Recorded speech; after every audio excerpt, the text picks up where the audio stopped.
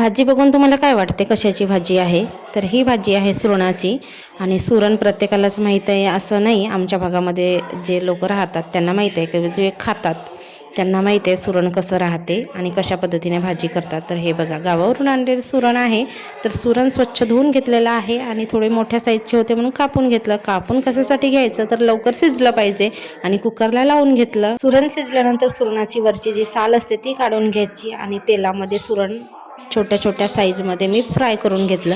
Fry केल्यानंतर उरलेल्या तेलामध्ये मी फोडणी दिली. ती अद्रक लसूण कांद्याची पेस्ट, टमाटरची प्युरी हे टाकलं. त्याच्यानंतर जे आपण डेलीचे मसाले नेहमी खातो ते मसाले, तिखट, मीठ, हळद, गरम मसाले पावडर आणि गडा घेते सुरण, याच्यासाठी टमाटर जास्त घ्यायचे आणि वरून आमचूर पावडर टाकायचा, जेणेकरून आपला गडा घेत नाही, गड्याला खाज येत नाही. छान शिजू द्यायचे. मसाले शिजल्यानंतर मी फ्राय केलेल्या सुरणाच्या फोडी टाकल्या.